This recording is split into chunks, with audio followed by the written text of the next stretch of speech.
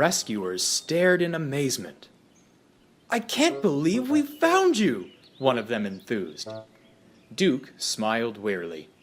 "Happy to be found," he wheezed, "and happier still knowing I'll soon be out of this shed." "That's certainly our plan," the rescuer laughed.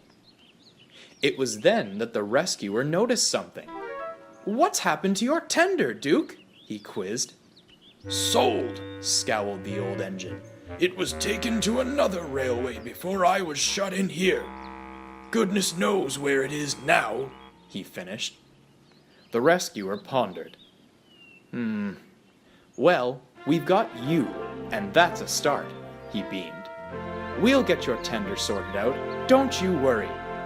Duke smiled, but secretly he had his doubts. Some days later, the rescuer came to see Sir Topham Hatt. His office was buried beneath documents and folders. Sir Topham Hatt hadn't heard him come in. He knocked on the door, and a head shot up from behind the desk. "Well?" cried Sir Topham Hatt. "Did you find something?" "Bad news, I'm afraid," replied the rescuer. "The engine that received Duke's tender was scrapped ages ago. It must be long gone now." Sir Topham Hatt sighed. "Oh, Duke's not going to like that." News of Duke's discovery traveled fast. The big engines were excited to see him being restored as they passed the shed. In spite of the cheerful whistles and greetings, Duke was upset about his tender. One day, he spoke to Gordon. "It's a shame," he sighed. "An engine isn't an engine without his tender. Perish the thought of his grace seeing me like this." "Indeed," said Gordon gravely. "Why, if I ever lost my tender, I'd never leave the shed. It's utterly undignified and—" Gordon trailed off, seeing the dejected look on Duke's face. "I mean, have faith, my dear engine," he stammered. "You're still years away from being a museum piece. Your tender will turn up some way or another." But Duke wasn't so sure. That afternoon, Sir Topham Hatt came to the shed with Duke's new crew.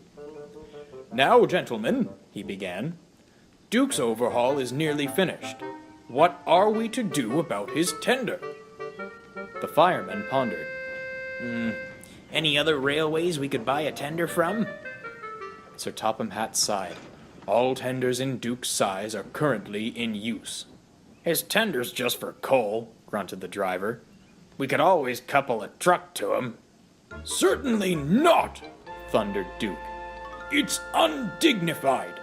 His Grace would never approve. I'm sorry, sir, but a truck simply wouldn't do." Sir Topham Hatt sighed and stepped out of the shed.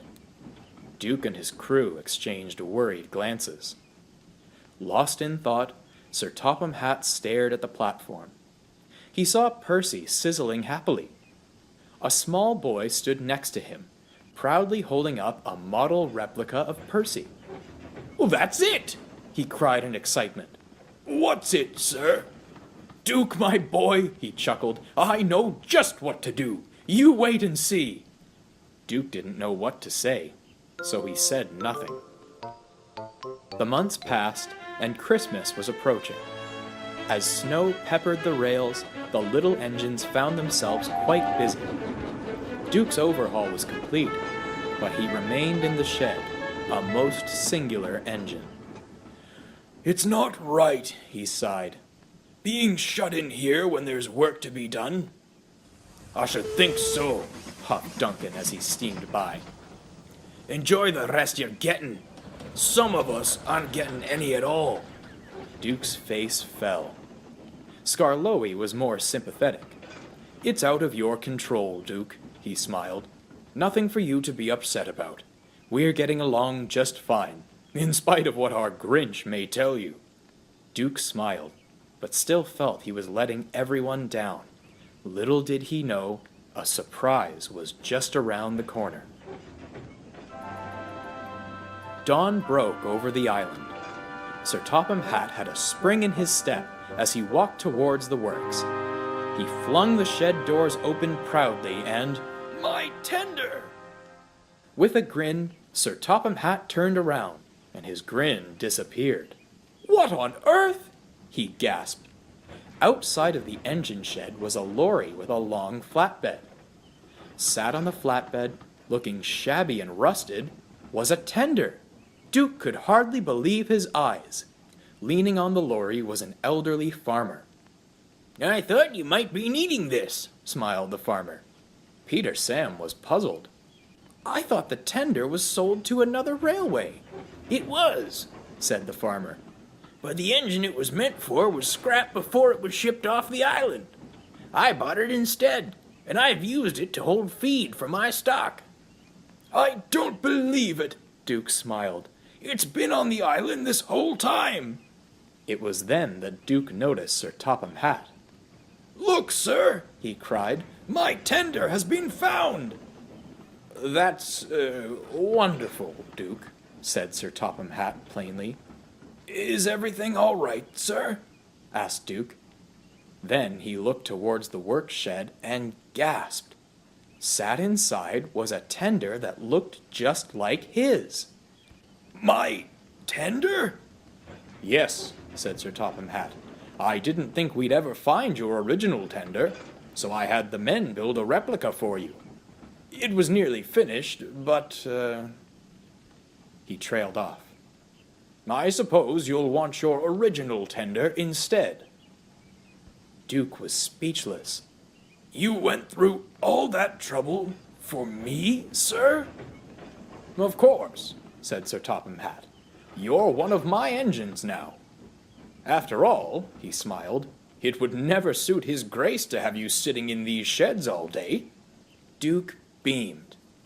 Thank you, sir. This is the best gift I've ever received. Well, Said the farmer. I don't need the tender anymore. Got a new carrier for the feed, so you're welcome to keep it. Duke pondered. If you'll allow it, sir, He said to Sir Topham Hatt.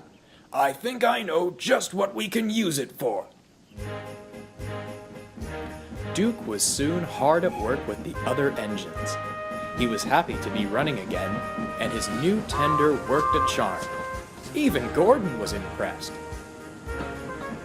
Duke was given the honor of taking tourist trains through the hills. The passengers loved riding with him, and the children were always most surprised to see Santa Claus waiting at the lake station. But what of the old tender? It had been restored by the workmen and painted a rich red and green to match the holiday season. Duke would be uncoupled at the lake station and fetch it from a siding. It was filled with presents for the children, and Santa Claus would walk up and down the coaches, handing them out to the happy boys and girls. Sir Topham Hatt and the other engines thought it was a wonderful idea. Duke smiled every time he brought it out of the siding. He was glad to give back after receiving the best gifts of all, being found, given a new home, and having a controller who knew just what an engine needed.